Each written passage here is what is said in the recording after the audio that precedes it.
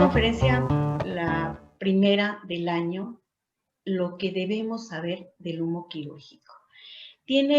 Vamos a aprovechar esta conferencia sobre todo, ¿verdad?, para concientizarnos acerca de los riesgos del humo quirúrgico, de la importancia y de la necesidad de implementar normas básicas para saber cómo evacuar ese humo quirúrgico y normas, ¿verdad?, de protección personal para ese mismo. Y no solo para nosotros, también para nuestro paciente que está expuesto. Bueno, conoceremos las implicaciones a la salud, los riesgos que conlleva este humo, desde riesgos locales, crónicos, de virus, de cáncer. Bueno, nos aclarará todas esas inquietudes nuestra ponente estrella de hoy, Adriana Arredondo Leos. Bienvenida, Adriana. Adriana es enfermera especialista quirúrgica. Ella es también experta en traumatología por una universidad de España. Así tengo entendido, ¿verdad, Adriana? En Madrid, España, se conformó como experto universitario en instrumentación quirúrgica, en cirugía ortopédica y traumatológica. Y bueno, le agradecemos su presencia y hoy nos ilustrará y nos concientizará en este conocimiento, el humo quirúrgico y sus riesgos. ¿Qué debemos saber de él? Adrianita, te cedemos el micrófono. El público es para ti a partir de ahorita. Bienvenida. Buenas noches. Muchas gracias. Bueno, antes de empezar con la plática, pues les agradezco mucho su presencia y a la Federación Mexicana de Enfermería Quirúrgica por la oportunidad que me está brindando para estar con todos y sobre todo para compartir un tema que debemos tener presente hoy en día todos los que trabajamos en una unidad de salud. Les voy a compartir la pantalla. Bueno, pero ¿qué es lo que debemos de saber del humo quirúrgico? Bueno, cuando hablamos de una intervención quirúrgica, el personal de quirófano preparamos la sala de cirugía con el instrumental adecuado, los aparatos electromédicos, el material. Tomamos siempre en cuenta las medidas de seguridad y de protección necesarias para evitar riesgos y que dicho procedimiento siga un curso favorable para el paciente. Pero muchas veces no nos damos cuenta que no solo la vida del paciente está en juego, sino la de cada una de las personas que nos encontramos en las salas de cirugía. Hoy en día es muy poco común hablar acerca de los problemas para la salud a causa del humo quirúrgico. Es un tema muy poco conocido por el personal de la salud, pero no debemos olvidar que por años hemos estado expuestos a este enemigo silencioso que existe y que curiosamente también acompaña los métodos más innovadores de la cirugía. Y de los cuales muchas de las veces no podemos prescindir, ya que se encuentran presentes en aproximadamente el 80% de todos los procesos quirúrgicos, como lo son el electrocauterio, el láser, entre otros, y muy importantes para reducir el tiempo quirúrgico y la hemorragia intraoperatoria. La alarma respecto a un posible daño a la salud de los trabajadores en la sala de cirugía se basa fundamentalmente en los componentes detectados hasta la fecha en el humo producido por estos dispositivos y en los experimentos realizados. No obstante, hasta la fecha, cada vez es más la evidencia sólida respecto al efecto perjudicial de la exposición crónica a en los estudios poblacionales realizados. Para empezar a hablar sobre el humo quirúrgico y los riesgos a la salud que conlleva para el personal de la sala de quirófano, primero debemos diferenciar la energía y los tipos de energía con los que trabajamos diariamente. Sabemos que hay una infinidad de productos de diferentes marcas, pero vamos a concentrarnos en los más comunes, en esos que vemos día a día en nuestro entorno hospitalario. La energía podemos dividirla según su función en dispositivos de electrocirugía, dispositivos ultrasónicos y el láser, y otros a los que les hemos restado un poquito de importancia, como son las sierras para huesos, taladros y otros dispositivos eléctricos de alta velocidad, que también son generadores de aerosoles y que son otra fuente de contaminación del aire en el quirófano, ya que producen calor al girar u oscilar rápidamente para seccionar un tejido. Si hablamos en términos de la electrocirugía, esta la dividimos en monopolar, bipolar y ligashure. En cuanto al electrobisturí monopolar, sabemos que realiza corte y coagulación en distinto tiempo. Necesita un electrodo de retorno o una placa, la cual funciona cuando la energía que se genera en el electrodo activo viaja al electrodo de retorno y vuelve al equipo. Acá a la derecha les muestro algunos accesorios para la cirugía convencional y laparoscópica que utilizamos en las salas de quirófano actualmente.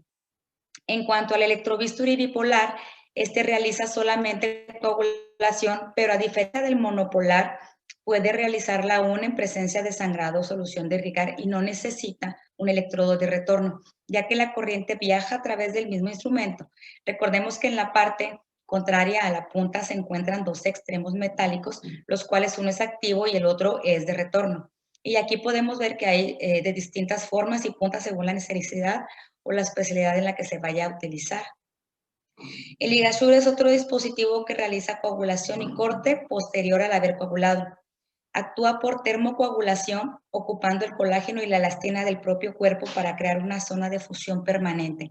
Estos dispositivos son utilizados también tanto en cirugías convencionales como en cirugías de mínima invasión. Dentro de los dispositivos ultrasónicos tenemos el bisturí armónico y el aspirador ultrasónico que realizan corte y coagulación al mismo tiempo. Estos trabajan con microvibraciones de alta frecuencia que permiten realizar cortes de máxima precisión y brindan un área de operación casi sin sangre. Este tipo de dispositivos no necesitan corrientes de calor tan altas como los dispositivos anteriores, pero sí generan el llamado humo frío por esta característica. El láser funciona con emisiones de ondas específicas sin modulaciones que generan calor en el punto de llegada con vaporización o coagulación, dependiendo cuál sea la que se necesite en el momento del procedimiento y de acuerdo a la patología del paciente. Por eso lo dividimos en estos dos términos. Existen muchos tipos diferentes de láseres, incluidos el láser de dióxido de carbono, el láser Jack y el láser de argón. Cada uno funciona de manera diferente y puede usarse para diferentes opciones de tratamiento. Este es un tipo de energía utilizada frecuentemente en cirugía dermatológica, ginecológica, urológica y también en proctología. Los aparatos generadores de esta energía también las hay de distintos tamaños y las piezas de mano pues son muy variadas también. Y otro de los elementos no menos importantes, pero también son una fuente de contaminación del aire, son los equipos de poder utilizados en traumatología y neurocirugía principalmente. Estos producen calor al girar u oscilar rápidamente para seccionar los tejidos. Al realizar estos movimientos rápidos, se calientan y también producen humo. A menudo acostumbramos a irrigar con solución para disminuir la temperatura de la punta del taladro. Pero este movimiento mecánico del taladro, sierra o fresa, combinado con la solución, produce una neblina de aerosoles en el campo quirúrgico. Las investigaciones han demostrado que los microorganismos presentes en los aerosoles que contienen sangre pueden invadir el tracto respiratorio de los miembros del equipo mientras se usa también esta herramienta. Pero ¿qué conocemos de los hidrocarburos policíclicos aromáticos? Hasta muy poco, también poco conocidos para mí, pero estos son clasificados como compuestos químicos orgánicos que contienen por lo menos 2 anillos aromáticos formados apenas por el carbono y el hidrógeno. Estos compuestos son generados durante los procesos de combustión incompleta como la del carbón, la madera, la basura, del tabaco y de la carne a la parrilla. Estudios desarrollados en Alemania, Taiwán y Suecia identificaron los mismos compuestos en el humo quirúrgico generado por el uso de los dispositivos generadores de calor que utilizamos en la sala de cirugía. En cuanto a los riesgos generados por la inhalación del humo quirúrgico, cada vez más son numerosas las investigaciones que señalan que el humo quirúrgico pone en riesgo el bienestar del personal sanitario por considerar a estas partículas sustancias tóxicas. Cada tecnología utilizada produce partículas de distinto tamaño en el humo o vapor generado en el quirófano. Cuanto menor sea el tamaño de las partículas, más lejos van a viajar, por lo que pueden impactar tanto a los miembros del equipo estéril como a los que se encuentran en la sala durante la cirugía. En cuanto descifremos los peligros que estos representan, vamos a saber el por qué es tan necesario procurar la mínima inhalación de este nocivo componente. Bueno, ya una vez repasados los equipos utilizados en cirugía, el tipo de energía del humo que pueden producir, viene la pregunta de hoy, ¿qué es el humo quirúrgico? Bueno, pues el humo quirúrgico representa toda aquella partícula en estado de suspensión generada durante una intervención quirúrgica que surge por la interacción de los huesos o tejidos con las altas temperaturas propias de la electrocirugía. Este tipo de humo contiene material químico peligroso para el ser humano, ya que hasta el momento han sido identificados 80 compuestos de diferentes tamaños en el humo quirúrgico, habiéndose estudiado apenas la mitad y el resto aún se encuentra en fase de investigación. De lo conocido se ha podido detectar sustancias químicas nocivas, células viables a través del aire, partículas dañinas que terminan en el sistema respiratorio de todos los reunidos en la sala de operaciones. Algunas de las sustancias identificadas en el humo quirúrgico son las siguientes: dióxido de carbono, el tolueno, el butaideno, etilbenceno, gileno, benceno, propileno, ácido hexadecanoico y compuestos orgánicos volátiles, y además virus y bacterias.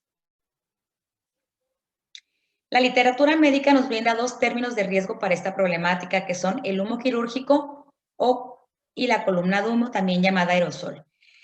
La diferencia entre estos dos componentes oscila en el tamaño de las partículas que los contienen. Al fin y al cabo, los dos son humos quirúrgicos y los dos son tan nocivos. El humo quirúrgico procede de la utilización de instrumentos electroquirúrgicos y contiene partículas de materia muy pequeñas, consideradas peligrosas en cuanto al daño químico. Está compuesto de dos tipos de poblaciones de partículas, pequeñas y grandes. Las más pequeñas son esféricas, contienen sodio, potasio, magnesio, calcio y hierro, y son producidas por la evaporación uniforme de líquidos que dan lugar a un flujo de gas. Las partículas grandes son irregulares, contienen carbono y oxígeno y resultan generalmente de la explosión y la fragmentación del tejido, es decir, del arrastre del tejido secundario a aspectos mecánicos. Se ha demostrado que hay partículas de 0.07 a 25 nanómetros en la estela de láser de CO2 y en el humo del electrocauterio. Aquellas que tienen entre 0.5 y 5 nanómetros se consideran polvo lesivo para el pulmón, porque pueden penetrar en sus regiones más profundas. Por lo general, estas partículas se encuentran frecuentemente en las cirugías convencionales o a lo que llamamos cirugías abiertas. La columna de humo o el aerosol se describe como una suspensión de partículas en un gas que resulta de la utilización de instrumentos ultrasónicos y de láser y contiene las partículas de mayor tamaño, las cuales tienen un principal interés en cuanto al daño biológico. Por ejemplo, en las intervenciones por laparoscopía, la columna de humo generada no puede ser absorbida por el peritoneo del paciente, hecho que disminuye la visibilidad por colocarse sobre las lentes del laparoscopio o por permanecer en suspensión entre el laparoscopio y el objetivo quirúrgico durante la intervención. Es entonces que para restablecer la visibilidad en el campo quirúrgico se requiere la limpieza de las capas de partículas, lo que comúnmente se logra cuando abrimos la llave del trocar. Al parecer, los instrumentos monopolares son los que ocasionan el mayor deterioro de la visibilidad, mientras que los bipolares y los ultrasónicos son los que menos lo afectan. Pero en cualquier caso, la persona encargada de la extracción del aerosol es la que más sufre las consecuencias. Tampoco debemos olvidar que en los momentos en que se abre la válvula del trocar para evacuar el humo o para introducir instrumentos a través del mismo, los demás miembros del equipo pueden recibir directamente una bocanada de CO2 junto con las partículas en suspensión directamente en la cara. Aunque la exposición de los cirujanos es más intensa y concentrada que la del resto del personal de quirófano, ya que son ellos los más cercanos a la destrucción del tejido, aún así, el enfermero instrumentista e incluso el circulante y anestesiólogo también pueden quedar expuestos en menor grado de exposición. El tamaño de las partículas producidas en aerosol que son transportadas por el aire se encuentran en un rango que va desde los 200 micrómetros a menos de 10 micrómetros. El diámetro medio de las partículas depende de factores que incluyen la intensidad de la energía que actúa sobre el tejido. Se han reportado siguientes tamaños de partículas y en esta diapositiva les voy a presentar las más comunes. Durante el uso del electrocauterio, se pueden producir partículas que pueden llegar a ser de hasta 0.1 una micra. Con el láser, durante la remoción del tejido, el diámetro medio de partícula es de aproximadamente 0.3 micras.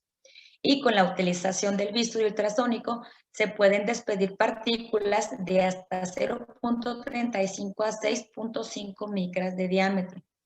Esto significa que una fracción muy grande de estas partículas de humo es inhalada por el personal presente en la sala de cirugía, en mayor o menor grado dependiendo la cercanía que se tenga con el tejido, y puede depositarse en los alvéolos de los pulmones. Algunas mediciones que se realizaron durante los procedimientos de carcinomatosis peritoneal y otras intervenciones del tracto gastrointestinal oscilaron entre 1 y 10 micras para partículas convencionales y de 0.02 a 1 micra para partículas nanométricas. Estos compuestos químicos producidos por el humo quirúrgico pueden desencadenar efectos nocivos para el organismo humano que van desde señales de síntomas respiratorios hasta cáncer. De esta manera, el humo generado por el uso del electrocauterio se vuelve un riesgo químico para la salud de los trabajadores que componen el equipo intraoperatorio. Los riesgos asociados a la inhalación del humo quirúrgico para el personal de la salud, además de disminuir la visibilidad durante la intervención quirúrgica, pueden presentarse a corto plazo, como la irritación de la tráquea, la inflamación aguda y crónica de las vías aéreas, la irritación de los ojos, el lagrimeo, congestión nasal, dolor de cabeza, náuseas, vómito y sensación de dolor en los ojos, nariz y garganta. A largo plazo, se pueden presentar cambios en la conformación bioquímica de la hemoglobina del personal del quirófano por las concentraciones altas de monóxido de carbono. En algunos experimentos realizados en animales se observó daño que iba desde la neumonía intersticial inflamatoria hasta el enfisema extenso, lo que coloca al personal en riesgo de enfermedades pulmonares crónicas. Se estima que el humo producido por 1 gramo de tejido equivale al riesgo mutagénico de 3 a 6 cigarrillos diarios, lo que puede convertir al personal de una sala de quirófano en una unidad de fumadores pasivos. Hay estudios que han detectado ácidos nucleicos del virus del papiloma humano e incluso el virus de inmunodeficiencia humana viables en el humo quirúrgico.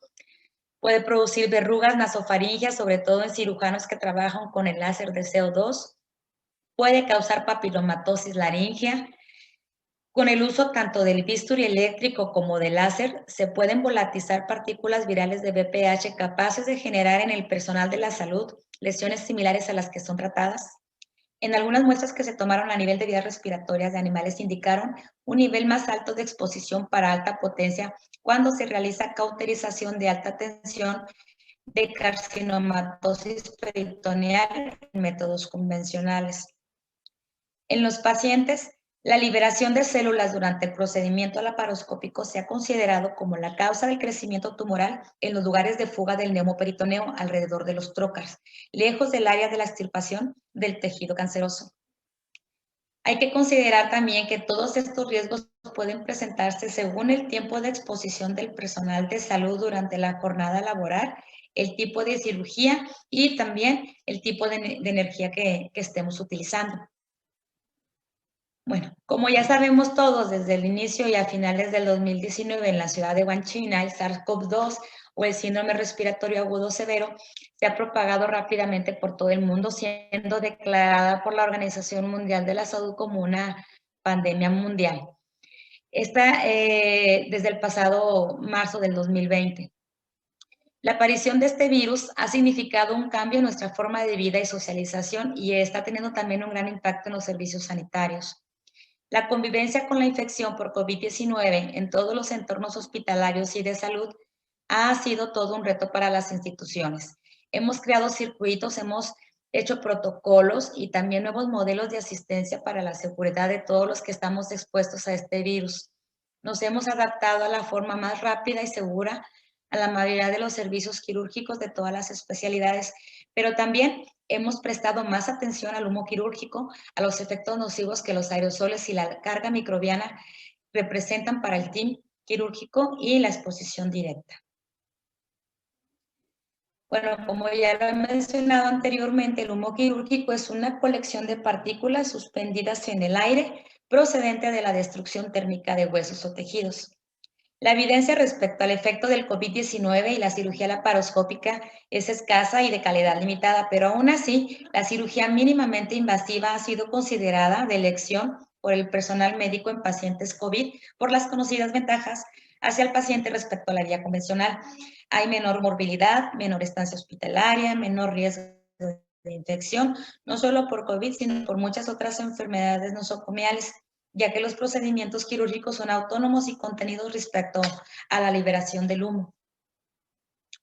A pesar de la falta de evidencia clara a favor o en contra de cualquiera de las vías de abordaje, ya sea abierta, vaginal o de mínima invasión para la mayoría de los procedimientos, las dos recomendaciones fundamentales en quirófano incluyen el uso del equipo de protección personal adecuado para el personal de quirófano y la adopción de precauciones para reducir la exposición al CO2 y al humo quirúrgico respectivamente que pueden escaparse en estos procedimientos. Aún así, el conocer las consecuencias del humo no tiene nada que ver con tener que prescindir de diversos métodos como el láser o el electrocauterio, ya que son muy necesarios para llevar a cabo una cirugía, solo que debemos tomar en cuenta las soluciones y mecanismos que nos puedan ayudar para reducir los riesgos inherentes como lo son los sistemas de protección individual para el equipo quirúrgico, las batas impermeables, el gorro que cubra toda la cabeza, las mascarillas quirúrgicas, las mascarillas con una capacidad de filtrado por encima del 92%, dependiendo de los recursos de cada centro, claro, los protectores para calzado, los guantes, la protección ocular, limitar el número de personal de quirófano solamente al esencial para evitar los riesgos de transmisiones innecesarias. Del mismo modo, también hacer un virus respiratorio y de precisar la cirugía laparoscópica con anestesia general, considerada también dentro de los procedimientos generadores de aerosoles, es de especial importancia la protección del equipo anestesiólogo. En el momento de la intubación orofaringea deberá permanecer en el quirófano solamente el anestesiólogo junto con la enfermera circulante y considerar en este sentido que todos los pacientes pueden ser potencialmente COVID. Los organismos responsables por velar de la salud de los trabajadores en distintos países todavía no han emitido normas para el tratamiento y la evacuación del humo quirúrgico generado en las intervenciones tanto convencionales como de mínima invasión. De ahí viene la importancia de mencionar las medidas preventivas y los dispositivos para disminuir el riesgo de exposición del personal de la salud. Los momentos en cirugía laparoscópica donde la posible transmisión del ARN viral puede manifestarse son durante la creación de neumoperitoneo, la colocación de los trocars en el momento de la extracción de la pieza, ya sea embolsada o por vía abdominal, o también por vía vaginal, durante la retirada de los trócares y al final de la cirugía al vaciar el neumoperitoneo residual. Por todo esto, algunas recomendaciones concretas a incorporar durante la cirugía laparoscópica son intentar trabajar a presiones intraabdominales más bajas de entre 10 a 12 milímetros de mercurio, lo que además ha demostrado mejoría posoperatoria en cuanto al dolor referido por el paciente. Utilizar los trocars que permitan mantener estancado el neumoperitoneo, evitando las fugas que el movimiento de entrada y salida del instrumental puedan ocasionar. Una buena medida serían los trocar con balón que se fijan a la pared abdominal, impidiendo la salida del gas, así como para evitar. Si no los tenemos en nuestras salas de cirugía o en nuestras instituciones, debemos comprobar el correcto funcionamiento de las válvulas y los reductores de trocar que puedan verse dañados con el uso constante, provocando pequeñas fugas a lo largo de la cirugía. Debemos ser selectivos con el uso del electrobisturi, evitando grandes disecciones que obliguen el uso excesivo de la coagulación y corte, con la consecuente generación de humo quirúrgico. Podemos utilizar, en cambio, selladores si se dispone de ellos, evitar el modo spray, ya que provoca mayor dispersión de humo y pequeñas gotas de sangre de líquido peritoneal.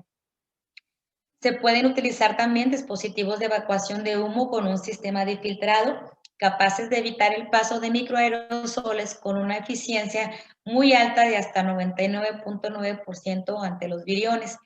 En ausencia de estos dispositivos, se recomienda minimizar el uso de energía térmica y mantener una aspiración constante del humo generado mediante un aspirador convencional. En algunas instituciones, por la falta de estos dispositivos, utilizamos un Flebotec o un sistema de aspiración convencional con salida a una solución clorada al 10%. También se debe evitar pérdidas bruscas de neumoperitoneo, sobre todo al final de la cirugía y durante la extracción de la pieza, donde de forma súbita una cantidad elevada de humo y gas puede ser vertida hacia el exterior y posteriormente inhalada por el personal presente. Utilizar el electrocauterio y el bisturí ultrasónico lo menos posible o nada. Recordemos que estos dispositivos son los que trabajan con temperaturas más altas. La normativa actual de prevención se limita a medidas de control de la calidad ambiental en quirófanos, los cuales deben experimentar un mínimo de 15 a 20 renovaciones de aire por hora, y la presión dentro de ellos ha de ser positiva respecto a la del entorno, lo que se consigue con tasas de impulsión de aire de un 15% superiores a las de extracción. Esta medida contribuye a eliminar los gases anestésicos y otros productos que pueden acumularse en la sala quirúrgica. Sin embargo, la correcta renovación aérea no es suficiente para tratar el humo resultante de las operaciones, tanto por la laparoscopía como de cirugías convencionales, ya que el personal de la salud se encuentra expuesto directamente ante el CO2 cargado de materia antes que el humo llegue al recambio de aire. Como podemos ver aquí en cirugías de otorrinolaringología general, ginecológica y traumatología, el equipo quirúrgico se encuentra demasiado cerca de los aerosoles generados por el humo quirúrgico, por lo que se debería combinar otras medidas de carácter preventivo para minimizar la exposición, como el uso de equipos de protección individual, aspiradores y sistemas de filtración del humo quirúrgico, entre otras cosas. De la misma manera en que hoy en día tenemos una gran variedad de dispositivos para hacer más sencillos los procedimientos quirúrgicos, no debemos olvidar que todos estos son también generadores de humo nocivo para la salud, pero también se cuenta con una gran cantidad de equipos para aspiración y filtración de gases quirúrgicos, los cuales tienen como objetivo minimizar la exposición del personal médico durante las intervenciones.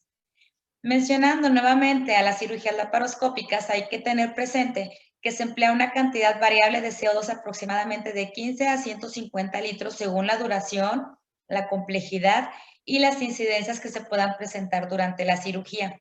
Este gas se mezcla con el humo producido por instrumentos electroquirúrgicos, ultrasonidos o láser y se libera al aire ambiente respirado por el personal de quirófano sin que ninguna norma regule este riesgo.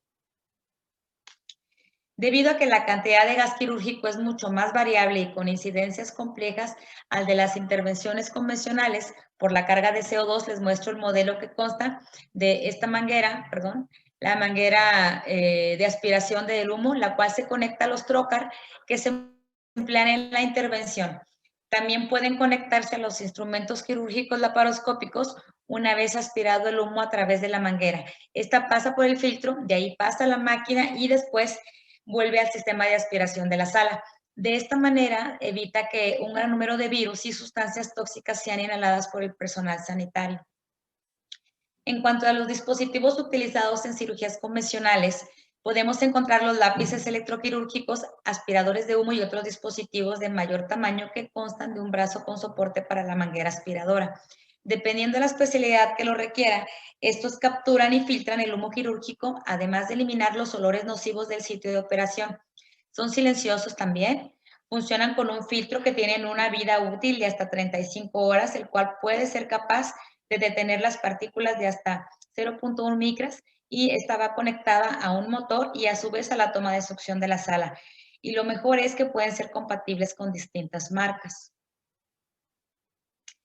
Sabemos que dada la situación de hoy en día hay un desabasto general en las instituciones tanto públicas como privadas que aumentan los riesgos de contraer enfermedades por la exposición al humo quirúrgico. Aún y con toda la evidencia clara que respalda la necesidad de filtrar el humo de las salas de quirófano, muchas veces somos las enfermeras y los enfermeros los que debemos implementar un plan para protegernos cuando no se dispone de evacuadores de humo comerciales y es entonces aquí cuando llegamos a recurrir a las alternativas artesanales como estas. Aquí en la primera línea podemos ver que se trae tubo de succión con una hoja de bisturí para poner a través de la abertura la punta de un lápiz en cirugías laparoscópicas. De la misma forma, podemos utilizar un tubo de succión conectado a la válvula de salida de aire del trocar y posteriormente a un dispositivo con solución clorada al 10% y de ahí a la succión general de la sala. Aunque estas medidas improvisadas no son las más idóneas, y pueden en un momento dado no ser tan confiables como un dispositivo comercial, sí podemos reducir gran parte de la carga viral y bacteriológica generada por el humo en la sala de cirugía. Hablando de otras medidas de protección, además de los dispositivos quirúrgicos como lo son las mascarillas y respiradores, actualmente la preocupación por el humo se basa en la naturaleza de los componentes identificados hasta la fecha, los que pueden ser claramente perjudiciales y que ya les mencioné con anterioridad. El propósito inicial de una mascarilla quirúrgica era proteger a los pacientes de las infecciones transmitidas por los miembros del equipo quirúrgico. Ahora y después de saber los peligros a los que nos enfrentamos y al saber que la eficacia de la filtración de las mascarillas varía, existe la necesidad de proteger también al equipo de salud de los aerosoles generados durante los procedimientos. La Organización Mundial de la Salud recomienda utilizar una mascarilla con filtro de partículas que confiera una protección como mínimo acorde con la norma del Instituto Nacional de Salud y Seguridad Ocupacional de los Estados Unidos, si vamos a realizar procedimientos que generan aerosoles. La utilización de respiradores quirúrgicos combinado con las mascarillas comunes nos brindan mejores beneficios durante una cirugía, ya que reduce el riesgo de aspiración de partículas potencialmente nocivas para la salud. La utilización por sí sola de la mascarilla tradicional supone un alto riesgo de aspiración, ya que por el tamaño del virus son capaces de pasar por las capas de las mismas. Existen diferentes tipos de mascarillas según sea su finalidad. Las podemos ver de tipo quirúrgico, sanitario, como son los respiradores y las mascarillas de protección. Pero ¿cuál vamos a elegir si de protección se trata? Las mascarillas de uso quirúrgico están hechas principalmente para evitar que las partículas que exhala quien las usa contaminen el entorno de trabajo. Es decir, protegen al paciente de las infecciones que puede transmitir el equipo de salud, pero no protege al equipo de salud de las infecciones portadoras del paciente. Por lo tanto, considerando los componentes del humo quirúrgico, el tamaño de los microorganismos, el riesgo al que como personal de salud estamos expuestos al virus que actualmente nos azota con esta pandemia, no son recomendables hoy en día para brindarnos seguridad en el transoperatorio. Los respiradores, por el contrario, protegen tanto al usuario como al paciente de partículas potencialmente peligrosas que se generan en el entorno de trabajo. Los llamados respiradores con filtro de partículas, a diferencia de las mascarillas quirúrgicas, tienen como finalidad proteger al usuario de la inhalación de los contaminantes ambientales, es decir, estas trabajan de afuera hacia adentro. Tienen también una eficacia filtrante mayor al 95% para partículas menores de 1 nanómetro y permiten un ajuste facial del 90%. Los respiradores con válvula facilitan la exhalación del aire. Esto los hace más cómodos de usar, pues generan una menor acumulación de humedad dentro del respirador. Pero una de las desventajas de estos respiradores con válvula es que no filtran la exhalación del usuario, solo la inhalación. Esta protección unidireccional pone en riesgo a otras personas en una situación como la que vivimos actualmente con el COVID-19. Es por esta razón que los hospitales y otras actividades médicas no usan los respiradores con válvula durante una cirugía. Un truco para proteger a los demás cuando se usa este tipo de respiradores es colocar una máscara quirúrgica sobre el respirador con válvula y de esta manera podemos lograr también filtrar la exhalación. Para finalizar, lo que debemos hacer para protegernos de los peligros potenciales para la inhalación del humo quirúrgico es empezar a protegernos nosotros mismos utilizando las herramientas y los conocimientos que hemos adquirido, por lo menos hasta que haya una normativa que regule los procesos quirúrgicos para reducir la exposición del personal de salud ante el peligro al que hoy nos enfrentamos. Aquí les dejo algunas referencias bibliográficas y les agradezco a todos ustedes por su atención. Termino mi presentación con esta frase: respirar debería ser la parte más importante de su trabajo y de nuestro trabajo también. Muchas gracias por su atención. Gracias, Adriana. Excelente. Qué interesante y a qué riesgos estamos sometidos. Increíble. Ahora sí que no lo vemos, pero ahí está el riesgo, ¿sí? Ese humo, tenemos que tomar medidas. Ahí está, así es. Veamos las preguntas que hay en nuestro público, las inquietudes, que debe de haber muchas porque es poco conocido, ¿sí?, el daño que provoca este humo quirúrgico. Sin embargo, está latente y nos está dañando. ¿Y Finita. sí, buenas noches para todos.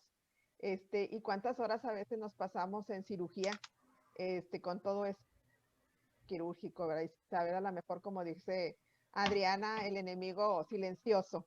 Así es. Y bien, tengo una pregunta, más que todo es una recomendación que nos hace nuestra queridísima Marta Lara. Dice, hola, buenas noches, un tema de gran interés para todos. Felicidades, FEMEC, y la ponente por actualizarnos en estos temas que muchos desconocen, y eso nos permite a todos cuidar esos detalles de seguridad personal. Otro comentario que nos hace también otra compañera de la FEMEC, María Jesús Vela Reyes, dice, hace tiempo se realizó una demanda en conciliación y arbitraje para un pago sobre sueldo por la emanación de gases anestésicos, que por cierto se ganó el 20% de sobresueldo y un cuarto periodo vacacional. Esto del humo quirúrgico podría ser complementario para quien quiera realizar una correspondiente demanda. ¿Cómo ves, Lupita? Pues la verdad es un riesgo para la salud y creo que todas debemos de trabajar juntas, ¿verdad?, para obtener una protección en este caso. Claro que sí, es algo que considerar como una especie de una propuesta de ley en cuanto a protección o un periodo vacacional más, porque así como están en trauma, ¿verdad?, ante emanaciones también por los rayos X, y les dan un periodo más ante esa exposición, porque sí está comprobado, ¿verdad?, que el sol, el agua, etcétera, te ayudan a eliminar tóxicos. Pero, ¿qué pasa con la enfermera quirúrgica que está en una sala normal? Una endoscópica, por ejemplo, ¿sí?, una cirugía, no se le consideran estos riesgos. En realidad, desconocíamos de estos riesgos. De ahí que ahorita, pues, nos interesa que todos, ¿verdad?, estemos actualizados en este caso, que tomemos medidas precautorias para evitar mayores riesgos, y también las federaciones, colegios y asociaciones veamos qué podemos hacer, ¿verdad?, para incrementar la seguridad de nuestras enfermeras, de nuestros equipos de trabajo, porque es todo el equipo de salud.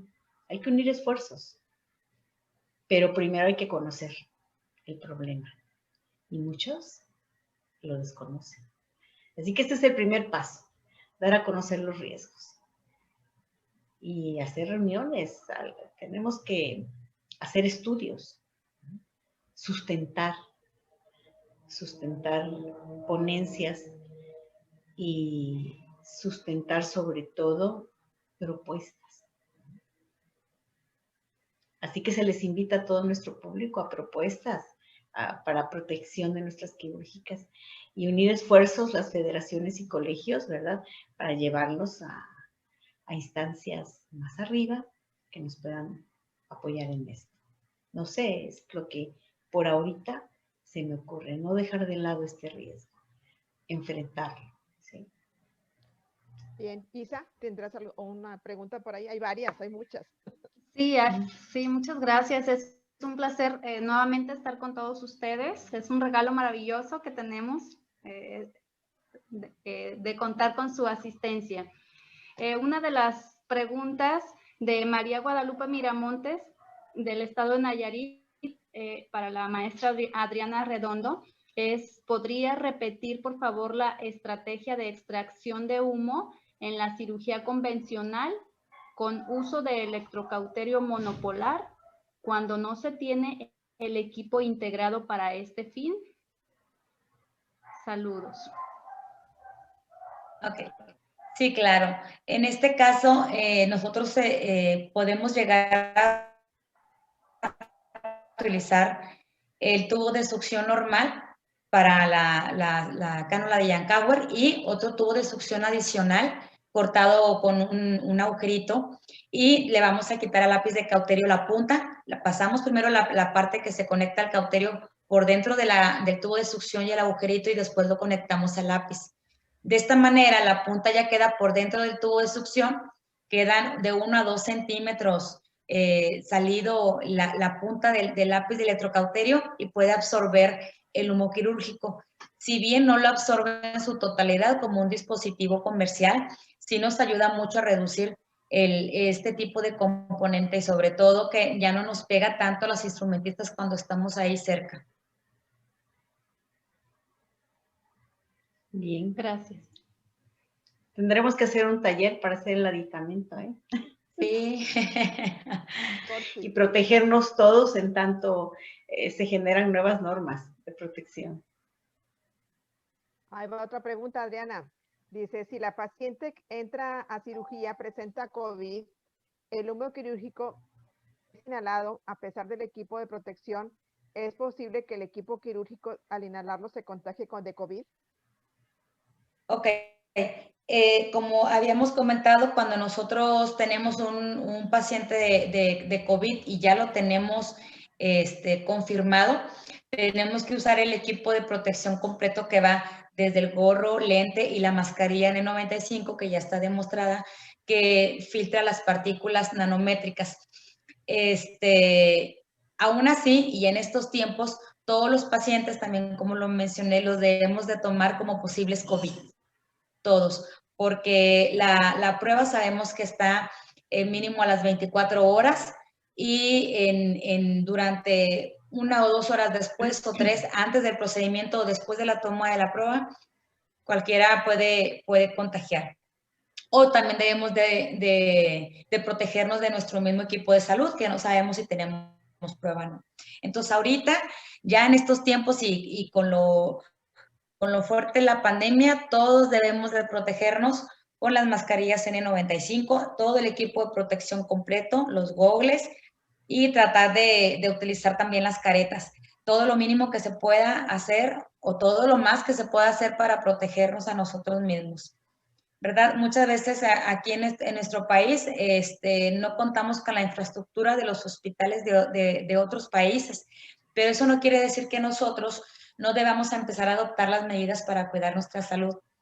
Estamos conscientes que en estos tiempos de pandemia es particularmente difícil que podamos contar con todos los dispositivos para evitar la inhalación del humo, pero también sabemos ya los riesgos que conlleva inhalar este componente en la sala de operaciones, así que no hay que relajar medidas, ninguna en cuanto al cuidado de nosotros se trata.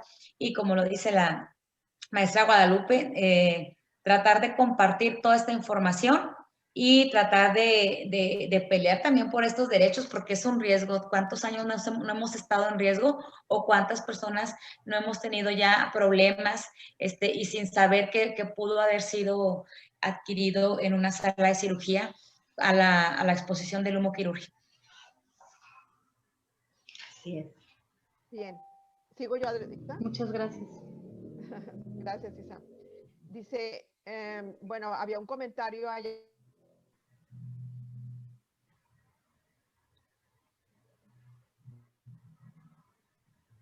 La otra, que si se considera importante que durante la cirugía se pueda realizar con las puertas abiertas, ya que en estos momentos la protección debe de ser primero para el personal y después para el paciente. ¿Qué opinas, Adriana? Bueno, lo recomendable sería que no, ya que las salas deben de tener el intercambio y el flujo de aire continuo.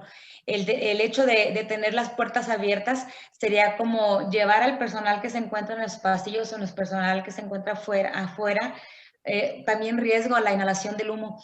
El humo no nada más se concentra ahí con el personal, el humo sale. Si nosotros tenemos la puerta abierta, el sistema de circulación de la sala no va a correr como debería de ser. Saldrías al exterior y entonces el circuito no se cerraría. Lo ideal es que las puertas estén cerradas y pues igual y lo mismo lo que comento, no relajar las medidas de cuidado para nosotros mismos. En todos los quirófanos hay filtros, debe de haber filtros. Tenemos que intensificar, ¿verdad? Esos recambios, o tenemos que intensificar que esos filtros se mantengan en su función correcta. Pero bueno, es una llamada más de atención hacia los procesos administrativos también dentro de los quirófanos. Sí, Adrianita, con respecto a lo de Sí, las evidencias. sobre todo que aquí el número de personas también. Sí.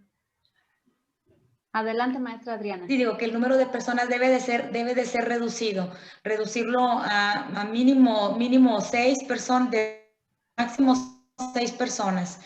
Sabemos que en cirugías de traumatología puede haber hasta 7 o hasta 8 personas, incluyendo el personal de rayos X, pero todas estas medidas también las tenemos que juntar junto con las decisiones del médico en cuanto a la energía que estamos utilizando y cuántas veces utilizar esa energía, ¿verdad? Tratar de combinar dispositivos, menos el electrocauterio, un poco más el LigaSure o el bisturí armónico, para evitar la generación excesiva de los gases pesados.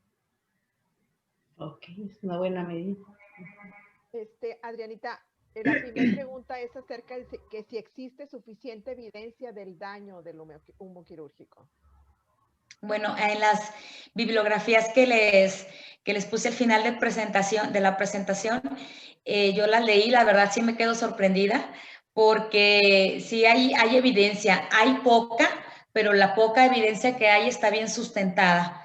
Entonces, la única manera de que esto llegue más lejos es compartiendo y estar conscientes de que el humo es un riesgo para la salud hoy en día. Quizás ahorita por la pandemia nosotros le hemos dado un poco más de importancia. Ahora, a partir de este año, escuché que los médicos se protegían por la carga viral que había en el humo quirúrgico y empezamos a hacer las soluciones cloradas y empezamos a utilizar las formas artesanales del electrocauterio por el coronavirus, pero entonces ahí también yo me puse a pensar, y todos los demás componentes que existen, todas las demás enfermedades y todos los demás microorganismos que hay en el humo quirúrgico son inhalados.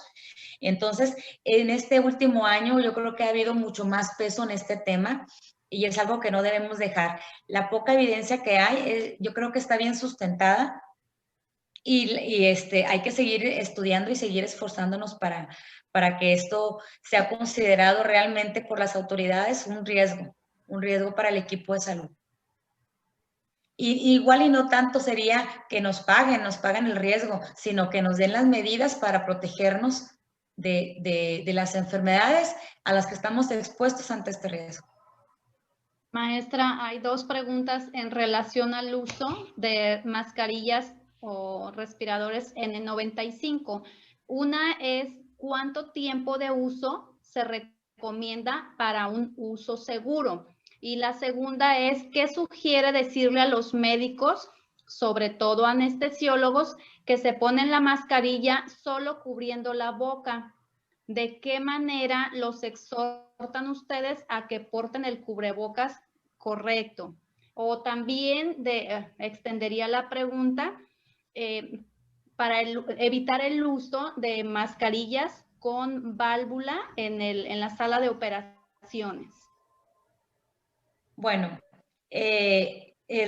por lo primero, yo creo que lo recomendable sería en cada cirugía. Al momento de escapar aerosoles, estos aerosoles traen a veces sangre o partículas que se pueden adherir al cubrebocas y al fin y al cabo ahí están en el exterior, pero ahí están. Entonces el recambio hacerlo en cada cirugía, en cada procedimiento quirúrgico. Muchas veces las instituciones públicas no tenemos los recursos necesarios para eso y entonces tratar de ensuciar lo menos que podamos la mascarilla colocando otra mascarilla pues de las que utilizábamos antes por encima de la N95.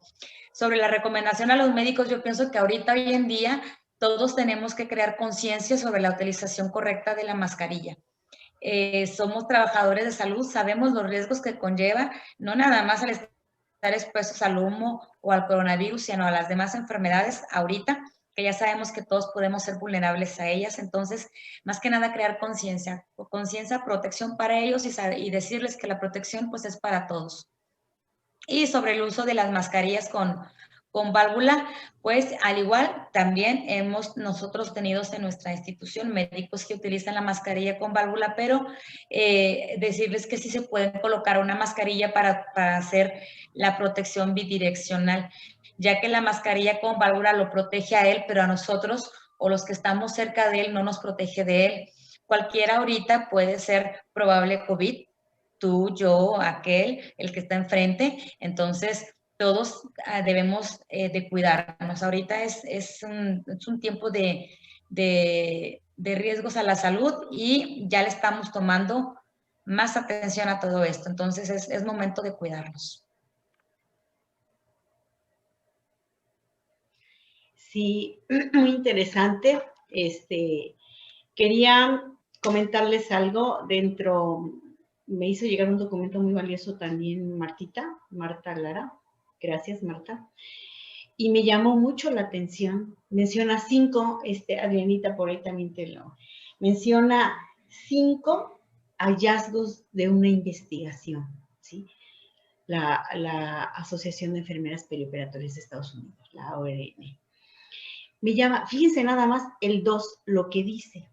El hecho de estar expuesto de manera pasiva a un día de humo quirúrgico en la sala de operaciones expone a las enfermeras a una mutagenicidad equivalente a fumar de 27 a 30 cigarrillos no filtrados al día. Fíjense nada más. Ese es uno de los hallazgos. Vienen por ahí 5 bien interesantes y bueno, es mutagénico. Nos puede producir cánceres y es grave. No fumamos, ¿verdad? Pero ahí pasivamente estamos fumando de 30 hasta 30 cigarrillos en una jornada. Es inquietante también. Bueno, no es para temor, es para que tomemos medidas precautorias. Recuerden que la enfermera debe de ser prevencionista. Entonces, ante eso hay que prevenir. La verdad, brillante exposición, nos has generado muchas inquietudes y creo que todo el mundo ahora sí estamos abriendo nuestros oídos, nuestros ojos ante estos riesgos. ¿Algún comentario más? Mis felicitaciones y agradecimiento, Adriana. Muchas gracias. Se han generado inquietudes y hay que trabajar, tenemos que unir esfuerzos y trabajar ante estos riesgos. Maestra Finita, no se escucha. Micrófono. Bueno, ¿sí se escucha? Sí. Ahí solamente muy leve. Muy leve. Sí, bueno, el comentario acá de una compañera dice que el benceno y me lo tapa aquí, el butalideno, algo así, son cancerígenos. ¿Qué sucede si lo respiramos mucho, verdad? Sí, es uno de los hallazgos. Son mutagénicos y altamente cancerígenos, ¿sí? Sí, y son los que está expidiendo el humo quirúrgico, nos los acaba de presentar Adriana. Está canijo. Bueno.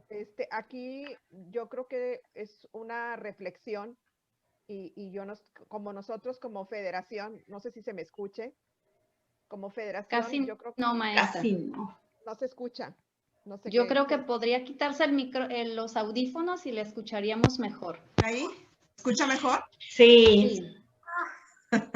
Bueno, mi comentario final es acerca como federación, la función que nosotros tenemos es de promover la obligación del uso de la N95 en quirófano. Ya no el simple cubrebocas de triple capa que utilizamos o el de carnicería, que le digo yo el simple nada más, tendría que ser un N95 de la persona quirúrgica y a lo mejor de la circulante, porque como quiera está alrededor.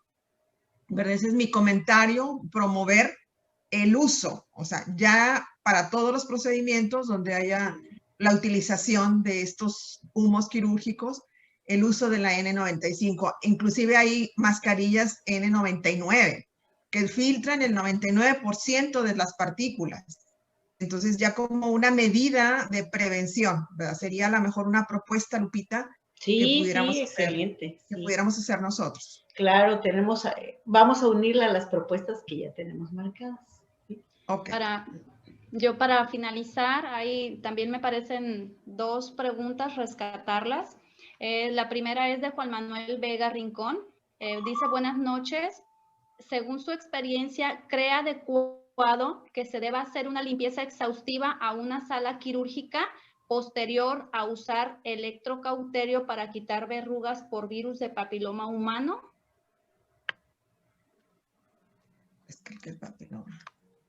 Bueno, en la institución en la que yo laboro, cada vez que tenemos este tipo de procedimientos, sí realizamos el manejo exhaustivo, pero eso ya depende de las medidas que tenga cada institución.